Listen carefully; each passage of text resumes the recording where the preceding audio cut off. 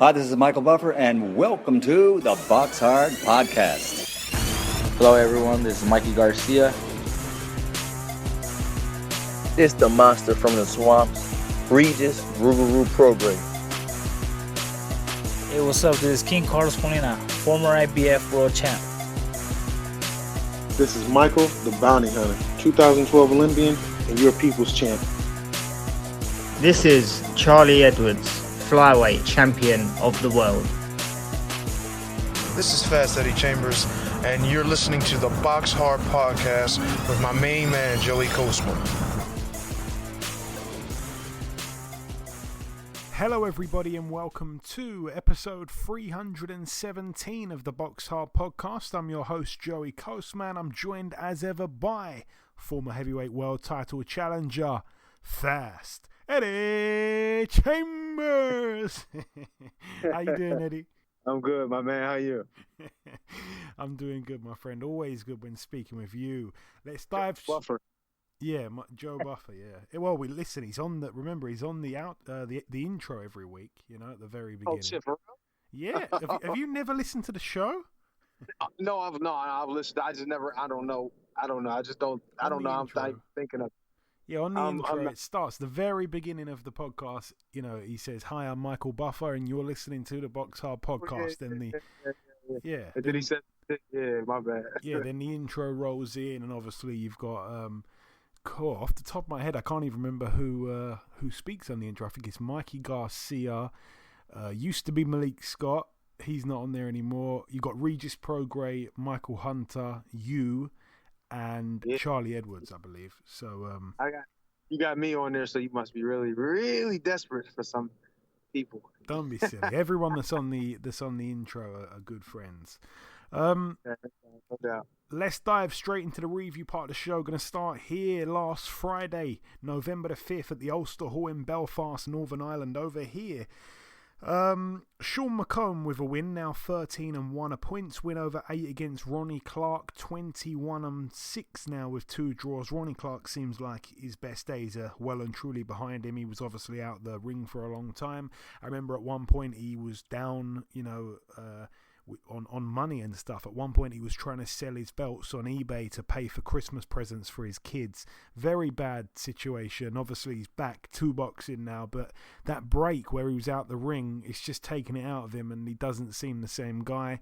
You know, his hair as well is not as good as it used to be. He used to turn up with like red cornrows and stuff, but no, it's all in the past now, and he doesn't seem to be the same fighter, unfortunately, because he was a fantastic fighter domestically. I mean, God, I was there when he beat Zelfa Barrett, took his O.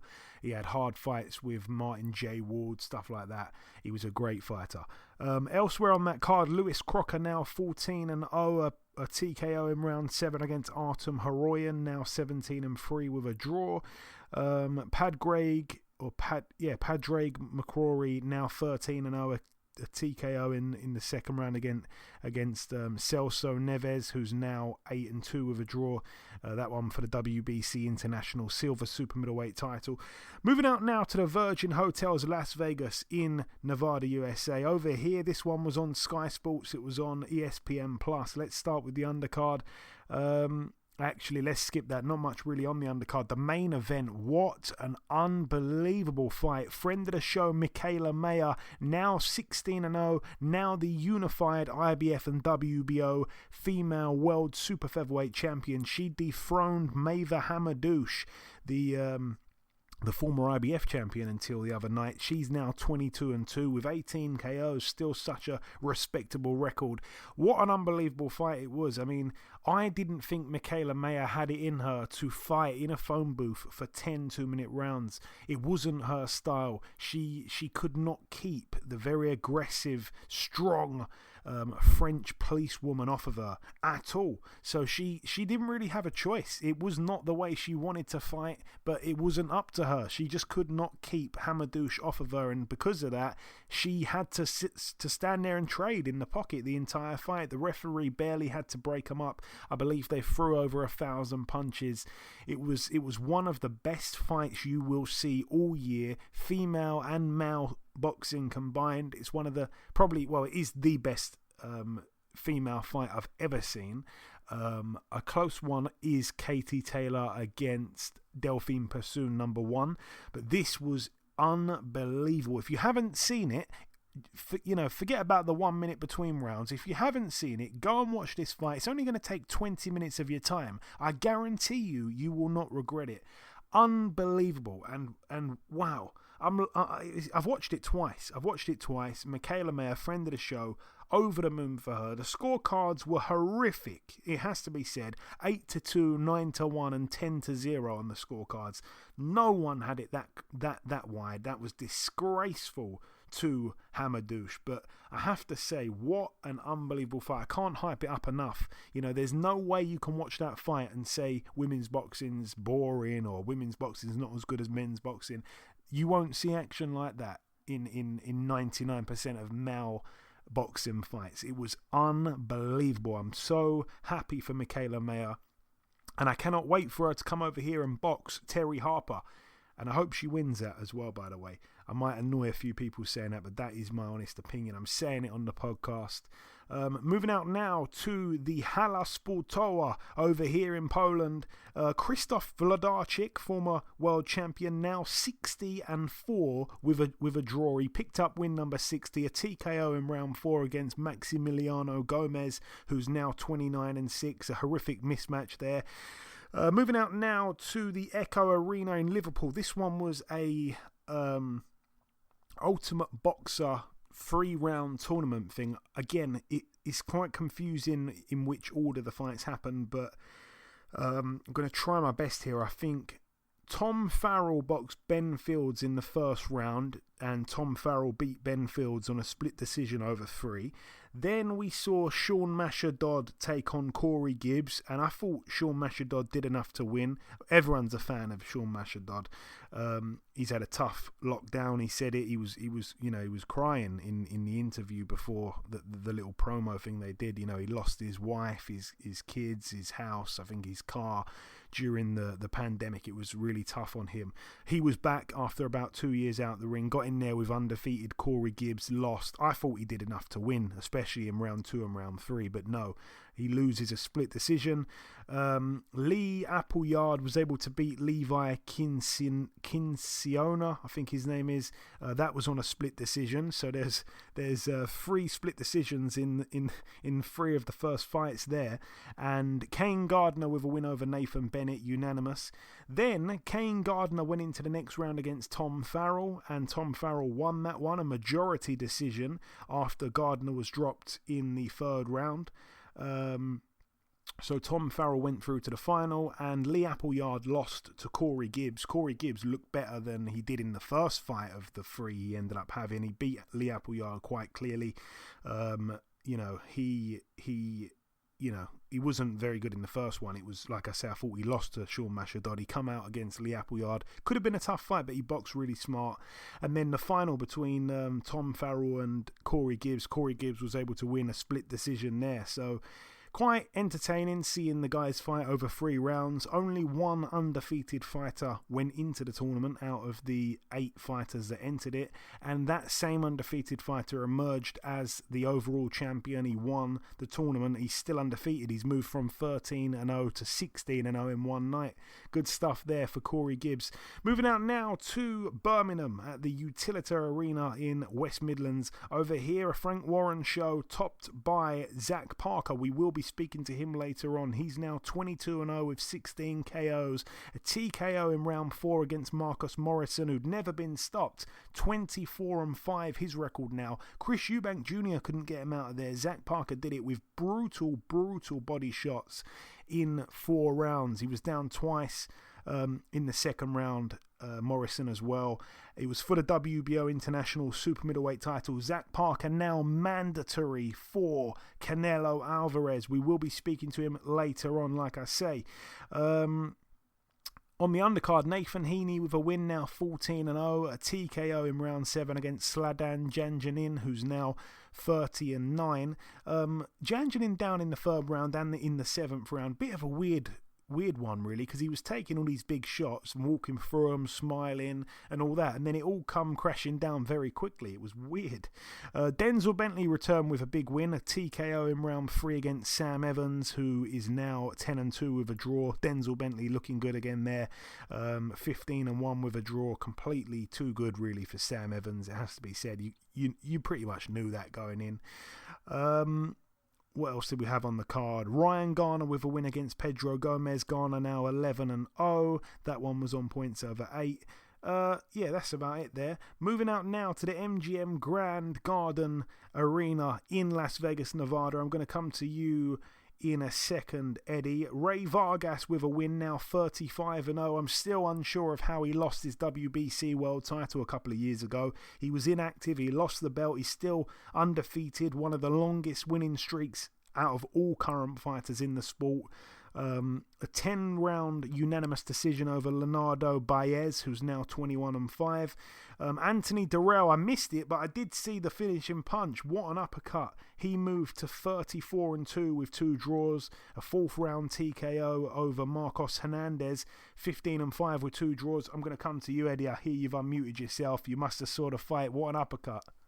Anthony Durrell, it was interesting. The kid came to fight. He was not going to take it lying down, so when he came out, you could tell, and Durrell, the first, 10 or 15 seconds of the fight, he came out and just threw a barrage of big shots. And I think the way that Durrell was thinking, he was thinking, I'm going to walk in here, wipe this guy out in the round. But the kid came back, and he just kept fighting. And it was looking like he was going to make it a tough night. Durrell was actually I think I gave him the second round, to be honest, the other guy. And the first round, Durrell got it just, off of sheer ability of what he was able to do. But second round, I think the other kid got it. And it looked like he was going to make it a tough night. Durrell was winning, and he even in the third, I don't say it, but it was a 3rd round or 4th round stop. I can't remember. 4th round. Sure. 4th round. 4th round, right. Because he came out again in the 3rd and was giving him a little bit of work.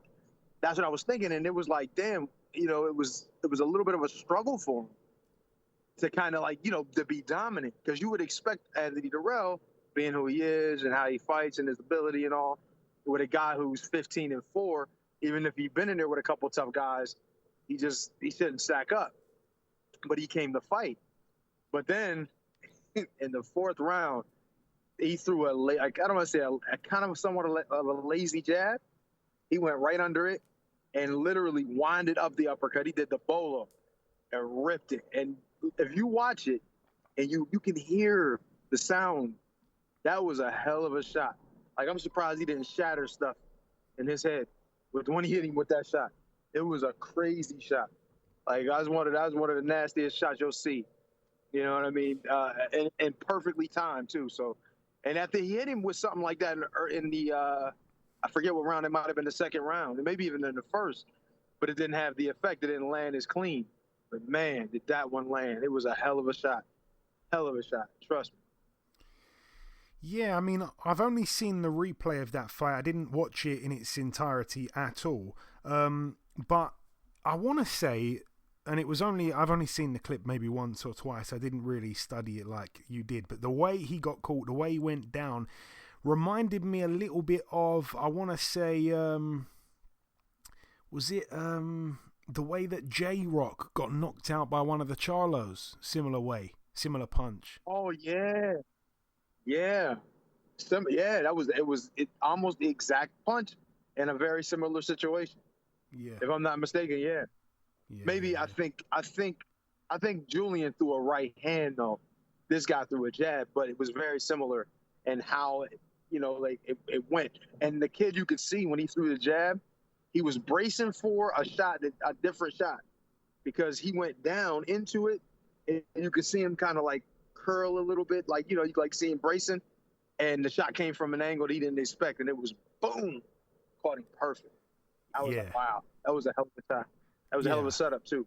Yeah, I mean, a counter punch uppercut, one punch knockout is one of the sexiest things in boxing, in my opinion. I mean, God Almighty. When executed perfectly, it is really, really special. He straight away, I don't know if you've seen his quotes after the fight, Anthony Dirrell saying he wants to fight Canelo next or he's going to retire. I don't think anyone wants to see that fight. All respect to Anthony Dirrell, been on the show, but no, I mean, God almighty, I don't want to see Canelo in with him.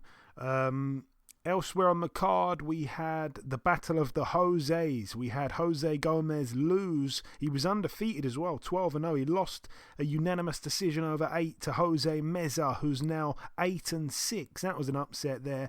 Elvis Rodriguez with a win as well. Not sure if it was an upset, but he was able to knock out in 5 rounds Juan Romero, who was undefeated, 14-0. Elvis Rodriguez, though, now 12-1 with a draw. Rancis Barthélemy now 29-1 with a draw, a TKO in round 2 against Gustavo Vittori, who I think was quite badly overmatched.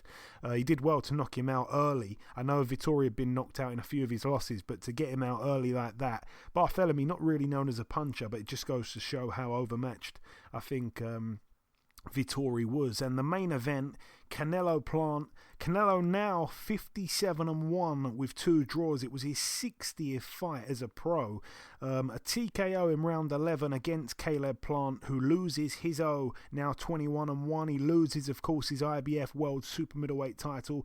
He's now undisputed, Mr. Canelo. It's just crazy to think he started his pro career so young. I think he was about 15 when he turned over.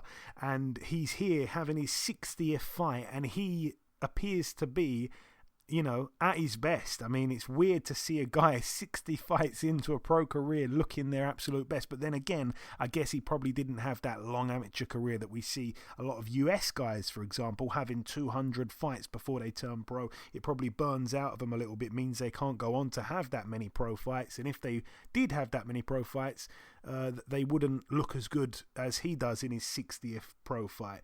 That might have been confusing. But anyways, just going to run through what I felt or thought about the fight really quickly, and then I'll come to you, Eddie. Round 1, good round for Caleb Plant. He didn't freeze. I was happy to see that. He was. I don't think he let the occasion get to him. I didn't think he ever would, to be honest, but some people do. I think Callum Smith did. Nice jabs. I liked the way he was working the jab. I felt that Canelo kind of gave away the round. I don't think he cared too much, but he didn't do anything. But what I will say, whenever Canelo feints, like, all fighters fall for almost every feint that he tries. I mean, the physical presence is scary for everyone he fights. As soon as he does a big feint, and guys just like, whoa, out the way of nothing.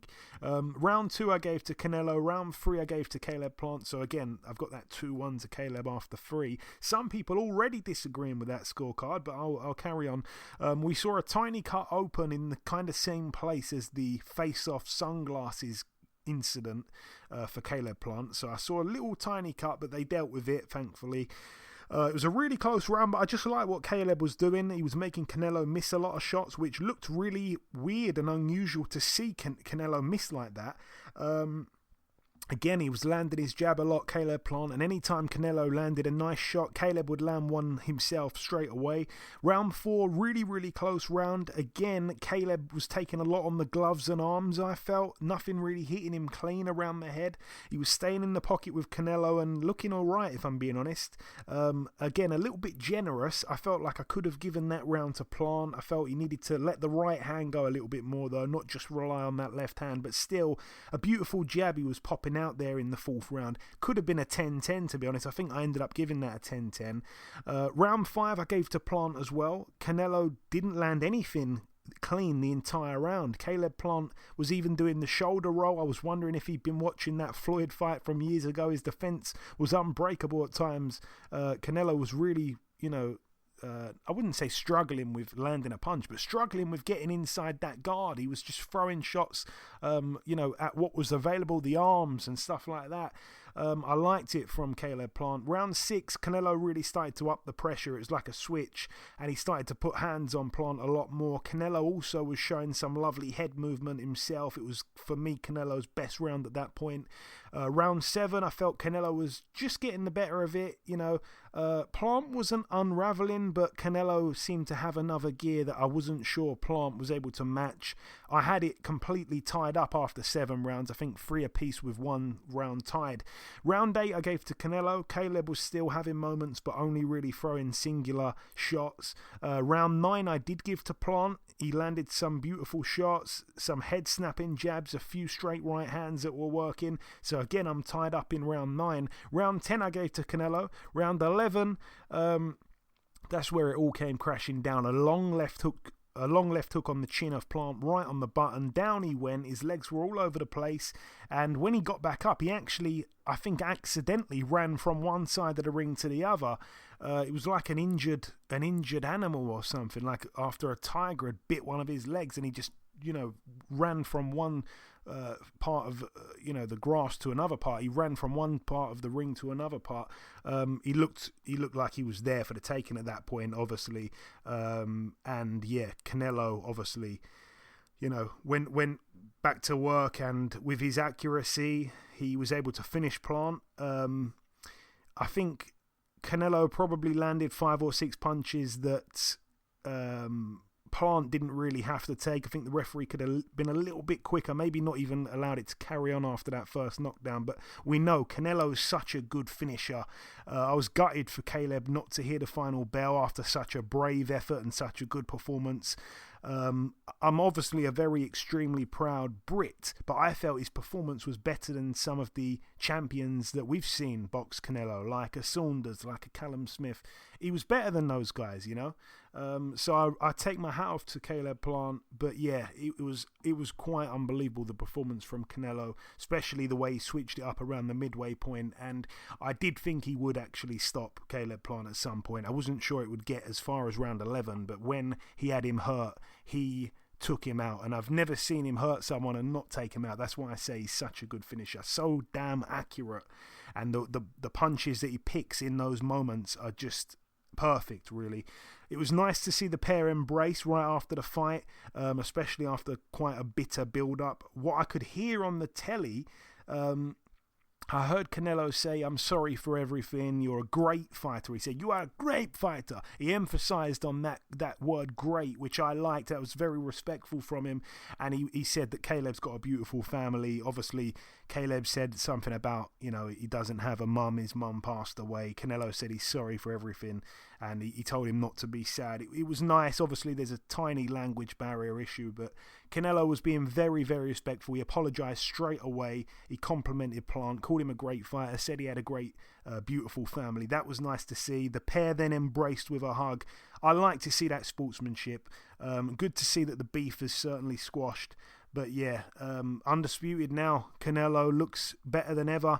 And again, when I went on Twitter, the scorecards that people had were all over the place. Some people had it 5-2 to Plant after round 7. Some other people had it 7-0 for Canelo. So I'm not sure what's a good card and what's a bad one. But anyways, enough of my rambling. Eddie, what did you make of it, my friend? Honestly, I like your card. I think your card was as good as I think me and Ed at the time basically had. Just to reiterate, Eddie, I had it all square after round 9. I gave Canelo round 10, so I had him winning, and then obviously I had him winning by a point. Then in that last round, obviously he got the stoppage. So at the point of the stoppage, I did have Canelo up by 1. Just to reiterate. Sorry to cut you off. Go on, Eddie. Oh, no, that's right. So, and that's basically what we had. That's exactly what we were saying. I mean, I didn't really score it, but looking at the rounds, and a lot of people, I'm pretty sure, didn't really want to give him round 9. But I think he just did. He did that was a hell of a round he had in round 9, I thought. But just in general, Caleb Plant was doing things, that guys with a lot more experience than he would normally be doing. You understand what I'm saying? Like, he was doing stuff like, and I couldn't emphasize this enough, Canelo's left hook is a really serious weapon. So is his right hand, really, to be honest. He's just a dominant figure all the way around. But in this particular fight, he really couldn't utilize his right hand as well as he normally would because of the way that Caleb Plant was shoulder rolling. And he was doing it really well. So he kind of put it in his pocket because he just didn't really see a way to use it. But then with his left hook, he was then forcing Canelo to have to defend after he would throw one of his signature big left hooks. Because every time, well, not every time, but the majority of times that I've seen, when Canelo would throw a hook and Caleb Plant was able to deal with it, he would immediately straight away come back with his right hand, counter right hand, bang. And it was like, damn, he's really like boxing out there. He's really doing, and his jab and some of the punches he was throwing like in combination wasn't necessarily meant to hurt, but meant to put his hands on him to get him uncomfortable and to keep him from continuing to press extra hard. You understand what I'm saying? So he had a lot of very, very good, timely little maneuvers and different things that he's done defensively, as well as some of the punches he threw. I just thought it was an extremely, extremely good performance. It's one of the best fights I've seen, one of the best fighters I've seen, or at least in terms of dealing with Canelo, and especially in recent time, because Canelo's been really dominant. You know, like Billy Joe did some good things toward the end before he got caught with the shot. I thought he was like starting to give Canelo a little bit of trouble, gave him a little bit of problems with some of the things he was doing, some of the shots he was throwing, the jabs and all, and with range and everything. But I think Caleb Plant did even better than that. Like, obviously, I felt like that fight was he still had a good shot where he could have, if he would have got to the final decision, we would have been asking questions like, hey, what's the score? You know what I mean? Like, we would think that, yeah, Canelo would, I'm pretty sure Canelo would have started to, dominate a little bit toward the end. But all the way up until until about the 11th round, 10th, 11th round, you really start to think like, damn, could this kid actually win the fight? And it was looking like if he still had the juice for the last 2 rounds, man, he could have, but he got caught with the shot. No need to belabor that. It's, that part happens, and, Canelo is the man. And not to just continue to talk about how great Caleb Plant did, but just how great of a fighter Canelo is. Canelo is an all-time great. Like, you got to really say it. Whether you like him or not, you got to say he's an all-time great. You know what I mean? He only lost to one guy, and that one guy being another all-time great.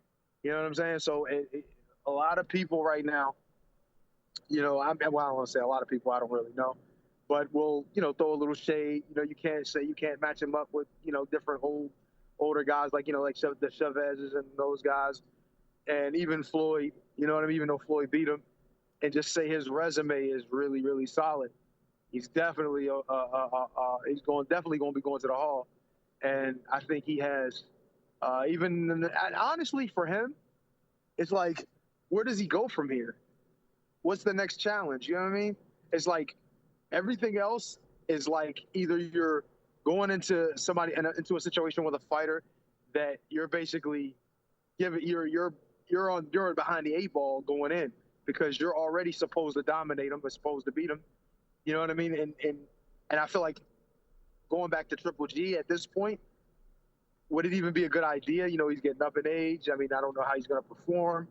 You know what I'm saying? It's like his legacy really can only be tarnished, I think, at this point, more so than benefits. Like, I just think he's done so much already, and he's been a lot of different places at different weight classes. He done gone up to fight at 75. Now, he's dominating 68. Was basically dominating 60. So it's kind of hard to see where he's going to go from here. But I'm kind of excited to see what decision he makes and whether he's going to like go after the Charlos, Benavidez, or I even heard something with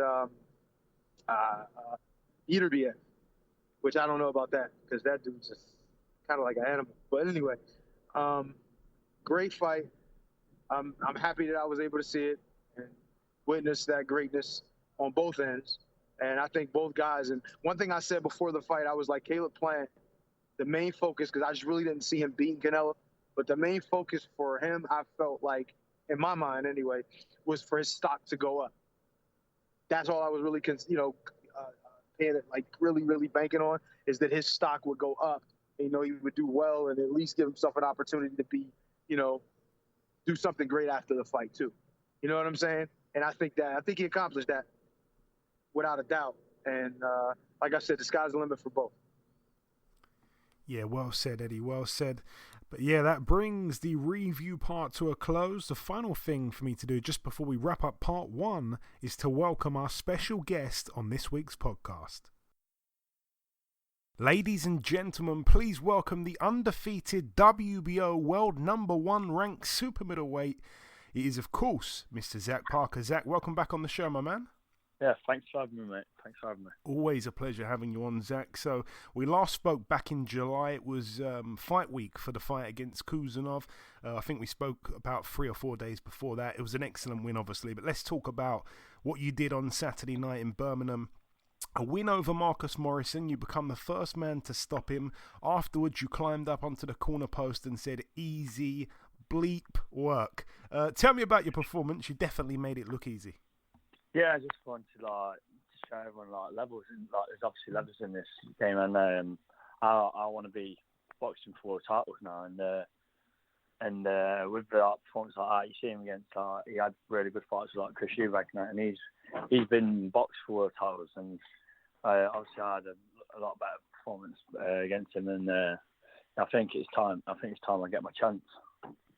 And I always felt that you would knock Morrison out. On paper, obviously, I think a lot of, let's say, casual fans probably thought, well, if Eubank Jr. couldn't knock Morrison out and no one else has managed to do it, Zach probably won't be able to do it either. And you'd have to respect that opinion. The guy had never been stopped. Did you ever feel before the fight that maybe, just maybe, this could go all 10, or did you have no doubt you'd get him out of there? Yeah, obviously he's a tough opponent, and I obviously trained for the whole 10 to 12 rounds, but the way I've been training in the gym and the way I've been sparring, I'm hitting people with where I've got big sparring gloves on and head guards and that. So when I put the small gloves on, and it's no head guards, no protection. So yeah, I thought I'd probably get him out of there. I thought it might have been a bit later, but as soon as he caught him with that body shot, and then I seen his face start to screw up a bit, and I was like, oh yeah, I got to keep going down to the body instead. Yeah, and those body shots were ruthless and brutal. People get the measuring stick out, of course, and they compare this win over Morrison to Chris Eubank's win over Morrison, yours obviously being far more impressive. Is that a smart fight for you to take, Zach? I know you mentioned you'd like to wipe him out, but it's a fact that you'd have a lot to lose from your perspective, being in that #1 spot, surely knocking on Canelo's door now. Yeah, well, obviously I want a bigger name. Canelo wants to fight these absolute massive names, and who bring obviously I'm #1 and I'm entry for the WBO, but he wants to be fighting the top names who've been boxing the top guys, and that's what I want. I want to box these top guys. Obviously Chris Eubank's got a name for himself, for his dad, and he's had a couple of good wins against James Gale and that, but I beat him every day of the week, so in my opinion, and that's what I plan to show. If we ever did box, I'd prove that I'm meant to be up there with the best, and yeah, that's what we're trying to push for, and hopefully it will get made one day. And do you feel, Zach, as if you're the best super middleweight in the country, better than the likes of Ryder, Saunders, Eubank Jr., even though he's pretty much gone back down to middleweight? Yeah, 100%. If you look at all the other super middleweights, they're all obviously getting on a bit now, and I think I think there's only one above me in the box track, and that's John Ryder, and he's pretty much a middleweight as well. If you most is crazy in middleweight. He's only come up for a bit as super middleweight. I'm the most natural super middleweight and the biggest. And obviously I had the chance of show against really top guys, but that's what I've been trying to push for. We should seen the roast of what we've been asking before Marcus Morrison. We asked loads of different top guys in celeb Truax and David and Mir and that, and none of them wanted to know. But yeah, I think we're almost there to getting these massive fights and hopefully bring some big fights back to Derby. And I want to ask you as well, Zach, at what point in your career, or what fight perhaps, did you feel in your mind that you'd surpassed the level of those other guys domestically that I mentioned? Or maybe I shouldn't say level, because they've boxed at the highest level. You're obviously yet to do that. But what point did you think to yourself, I'm better than Saunders, I'm better than Riders, these type of guys?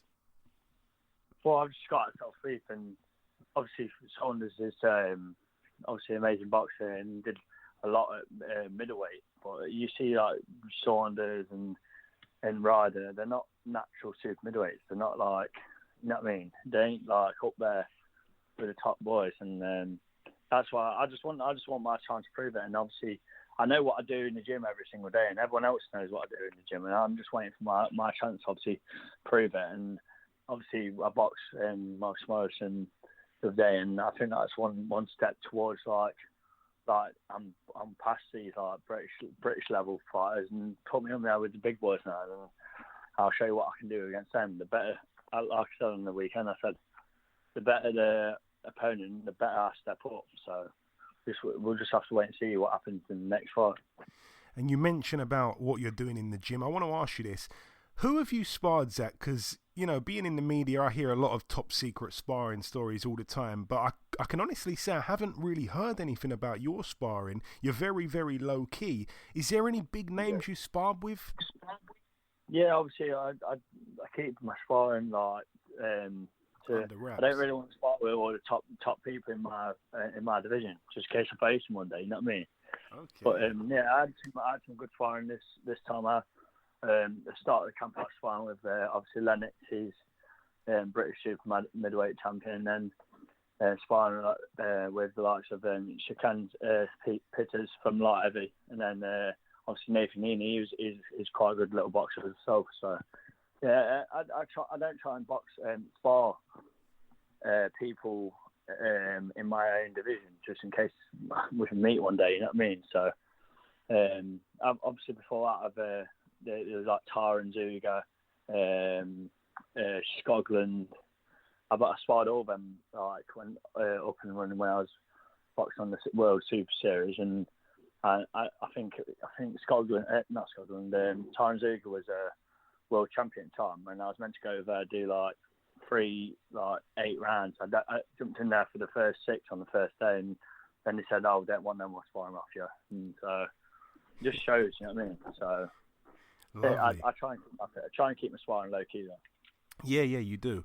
And I will just tell you a real quick 10-second story. I had Roy Jones Jr. on the podcast a few months ago, and he told me of a time where he was sparring a guy in the gym, and suddenly after 2 rounds he realised, you know what, I'm going to end up boxing this guy for a title one day. So he jumped out the ring, and everyone said, "What are you doing?" Like even his own dad said, "What are you doing, son?" And he said, No, I'm going to be boxing this guy for a title one day. Spar's over. They only did 2 rounds. A couple years later, they end up boxing for a world title. Roy Jones Jr. knocks him out, and he puts it down to jumping out the ring when they were sparring, you know? You don't want to be sparring people you're going to be boxing in the future. You can't be teaching them all your tricks and that. Exactly. I always say they can face my tricks at one time, and then that's when we'll box them.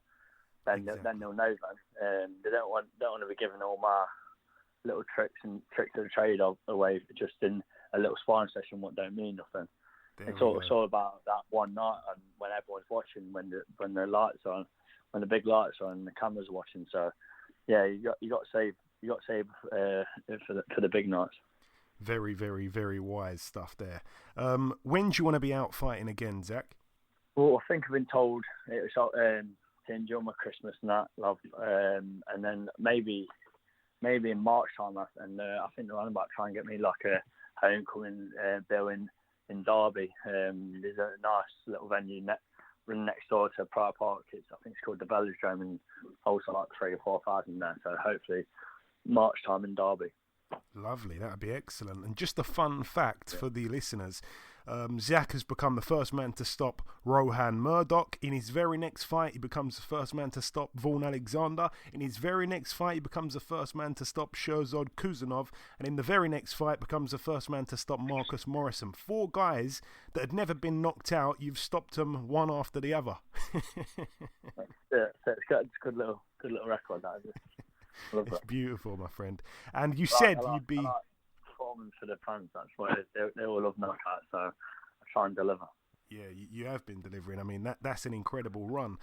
You said you'd be watching the Canelo fight in a casino somewhere. I'm not sure if you ended up in the casino. But did you get to see the fight? What did you make of it? No, I didn't get to see it on the night, but I've watched it back since. And Yeah, I thought it was an alright fight. Obviously, Canelo's Canelo, and he's obviously best pound for pound. But I think Plant having a bit too much room, went back to the ropes a bit too quick. Obviously, it's a lot harder when you're in there with him, but you can't give him too much room, I don't think. And I think that's what he did. He tried to run too quick, and then it made it easy for Canelo. I feel like Plant did pretty good though. Yeah, he did good. It's good. Obviously, that's the way he boxes. That's the thing. But if you look at Canelo with the way Golovkin boxing, you can't give him that much room. Otherwise, when you get, that's why he wants you back on them ropes, so you can't run anymore. You know what I mean? So, but yeah, that's the way. Obviously, Canelo, Plant boxes. He boxes quite well. But you can just see when Canelo's in there, he knows what he's doing already. He knew where to place him all the time, and whenever he wanted to fight, he was going to fight, and whenever he didn't want to fight, he could just move back. So yeah, when there's a lot of different ways of looking at it. Yeah. When he's applying the pressure and he's got you backing up, you're in trouble. He's in full control, it seems. I think that's why they want to see him in with a light heavyweight who can push him back, perhaps. Just before we wrap it up, Zach, I want to say if you've got a closing message for the listeners, you can say whatever you like. And I also want to remind you to change your Twitter and Instagram bios. They still say 21-0, 15 KOs. Oh yeah, and I ain't actually seen that. Actually, I forgot to change that. I'll change that first. But yeah, just make sure you all just keep watching my career. Obviously, got social medias. Zach Parker Boxer, ZACH Parker Boxer, and then I'm just trying to deliver good fights for the fans. So just watch out for me. Absolutely. Listen, Zach, it's always an honour speaking with you, my friend. Thank you for your time. Congrats again on another spectacular win, and I hope we can speak again in the near future. Yeah, thanks for having me on, mate. Okay, now it's time for part 2 on this week's show. This part, of course, the news part of the show. Going to start here with the undercard for Crawford versus Porter, November 20th. If you didn't know the date, we get to see, I think the guy's name is Esquiva Falcao. He was a good amateur and stuff like that. I think he's being a little bit fast-tracked as a pro, if I'm not mistaken. He gets in there with a guy called Patrice Volney. That's a title eliminator there at middleweight, IBF title eliminator there. Also on the card, we get to see Janibek Alimkhanuly. Can't remember who he boxed, but I've heard of the name. He boxed someone, I think, last time out, or the time before that was a good fighter. But anyway, he gets in with former world champion and friend of the show, Hassan Ndam. And also, I think we've got a fight between 2 undefeated lightweights. We've got Raymond Muratalla against Stephen Ortiz. So again, that is the Crawford Porter undercard, November 20th. Some good fights there. A big one that's been made in the UK, Hamza Shiraz, the undefeated 154 prospect, who's now training out there in the 10 Goose boxing gym, in Joe Gooson's gym with Ricky Funes. He gets in with former British champion Mr. Bradley Skeet, friend of the show. That one's going to be on the undercard of Lyndon Arthur and Anthony Yard at the Copper Box Arena, December the 4th. That's going to be a brilliant fight. I hope Bradley wins that, man. Bradley's one of the nicest guys. He hasn't had it easy. Moving out now to this one takes place December the 3rd, which I believe is a Friday. It takes place in Bilbao. We have Kerman Leharaga, who, by the way, was in one of the best fights of this year. He gets in defending his European super welterweight title against Jack Flatley. That one again in Bilbao. Few guys on the undercard. We've got Campbell Hatton as well fighting on that one. In other news, we have it's been officially announced now, Devin Haney against Joseph Jojo Diaz. That should be a great fight. Cannot wait for that one. That again is December 4th at the MGM. We've got Conor Benn. His fight has been announced now. He's taking on Chris Algieri. That's going to be taking place in Liverpool Saturday, December 11th on DAZN. It's a steady step up. A lot of people are kind of analysing this, saying why does Conor Benn not fight any punchers. I don't know. I'm starting to see a bit of a pattern there as well. But all the best to both guys there. Hopefully we'll have Chris Algieri on the show either next week or the week after. In other news, Probellum, the company that is being spearheaded by Richard Schaefer, he's announced a fight card. He's got Sonny Edwards defending his world flyweight title against Jason Mama, I think his name is. That one, of course, a defense of Edwards' IBF title there. And on the undercard of that, we see John Real Casimero defending his WBO bantamweight world title against the UK's very own and friend of the show, former world champion Paul Butler. All the best to Paul Butler there, but that's a tough ask. He hasn't really looked great recently, Paul Butler.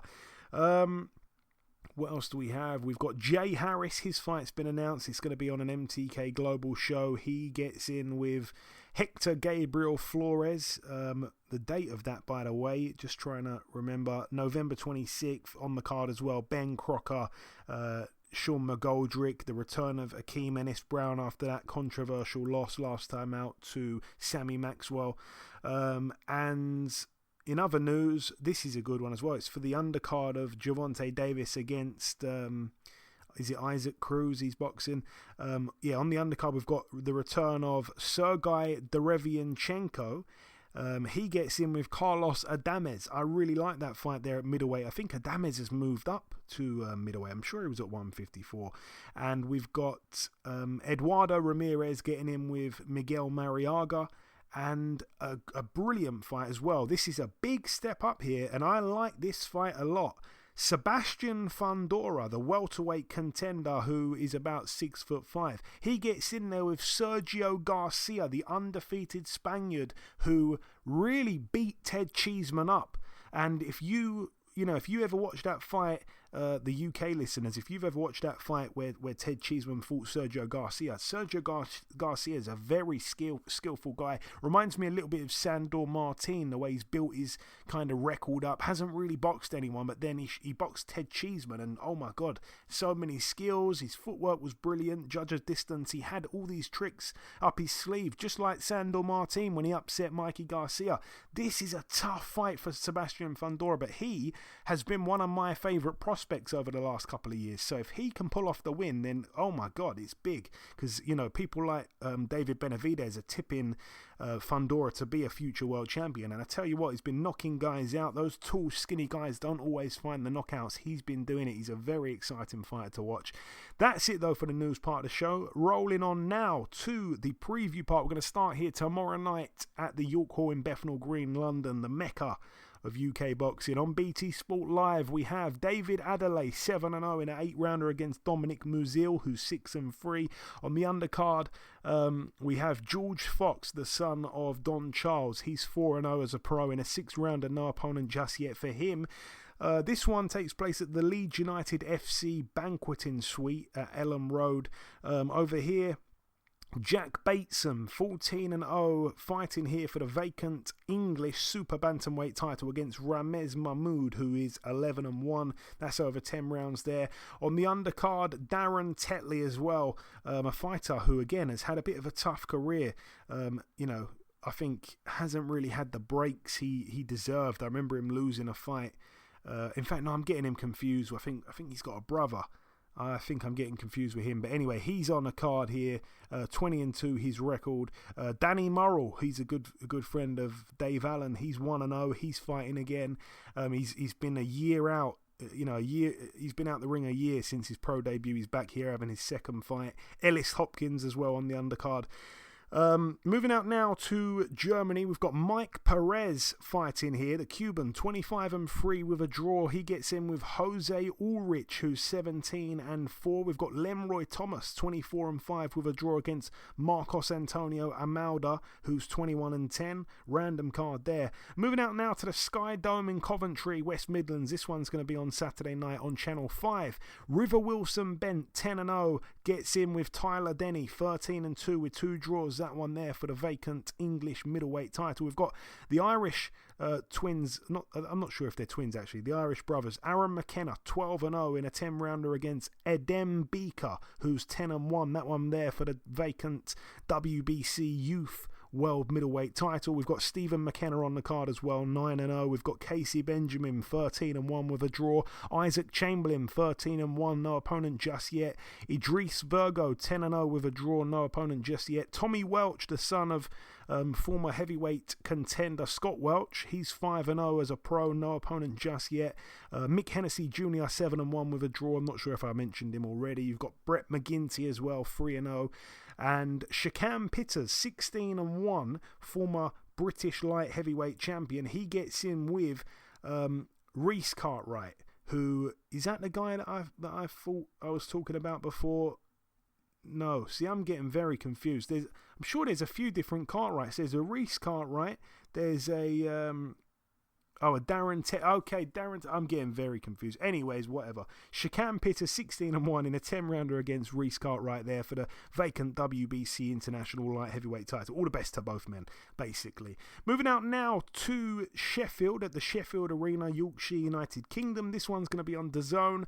Kid Galahad tops the bill. He defends his IBF World Featherweight title against former champion Kiko Martinez, 42-10 with 2 draws. I'm not sure if he's coming off a loss. He's probably gone back to Spain and picked up an easy win or two, but I remember his very close fight with Zelfa Barrett. A lot of people saying he won that one. Can he give Kid Galahad any problems though? I'm not so sure. 28-1 Kid Galahad, coming off that brilliant performance against Jazza Dickens. On the undercard, defending his EBU European Cruiserweight title, Chris Billum Smith, 13-1, one of my favourite fighters to watch. He gets in with Dylan Breguion, who's 11-1 with a draw. We've got Terry Harper, 11-0 with a draw. Defending her WBC and IBO World Super Featherweight female world titles against Alicia Baumgardner from the United States, 10-1. She's been screaming for a big fight for a long time. I think she said she's going to knock Terry Harper out. We shall see. That one's over 10 2-minute rounds. A big step up here for a guy called Dante Dixon, who's 5-0. He's in an 8-rounder against Jordan McCorry, 19-7 with a draw. I believe Jordan McCorry lost to Archie Sharp, and I think he also lost to Sam Bowen. But, he's been out the ring, I think, for a while. But it's a big step up for a guy who's only 5-0 in Dante Dixon. Could be interesting. Moving out now to the Footprint Center in Phoenix, Arizona, USA. We've got on the undercard, Jose Benavidez Jr., 27-1, I should say. My apologies to the Benavidez family. That one loss, of course, came to Terence Crawford. He's in a 10-rounder against Francisco Emmanuel Torres, who's 17-3. David Benavidez, 24-0 in a 10-rounder, no title on the line, of course. He gets in with Kyrone Davis, who was a bit of a last-minute replacement, of course, for Jose Uzcategui. He gets in 16-2 with a draw. We mentioned that the draw came against Anthony Durrell a few fights ago, and he's never been stopped, Kyrone Davis, so I'm sure David Benavidez will be looking to do that and stop him. Moving out now to the Honda Center. Again, this one's going to be on DAZN, so there are fights on loads of channels. I just want to run back through that. Friday night, BT Sport.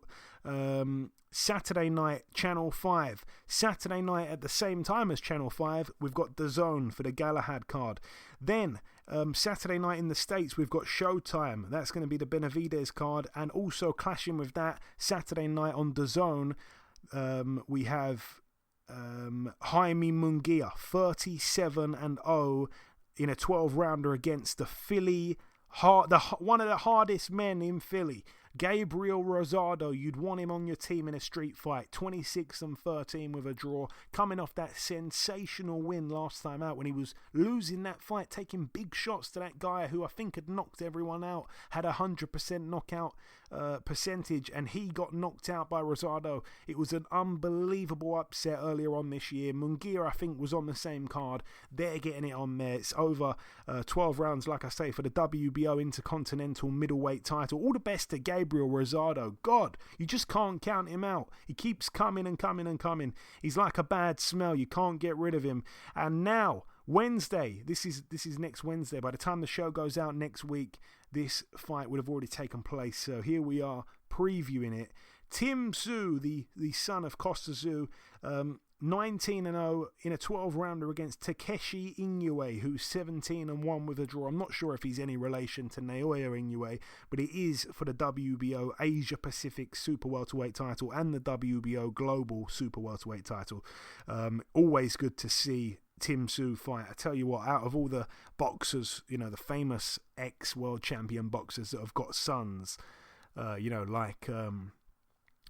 Campbell Hatton and Ricky Hatton, Conor Benn and Nigel Benn, Chris Eubank Sr. and Jr., and all the rest of them, he's one of the most special ones. He looks unbelievable, Tim Tszyu. So I'm definitely going to be tuning in, or finding a way to tune in next Wednesday, which will probably be around about kind of lunchtime or maybe even morning UK time.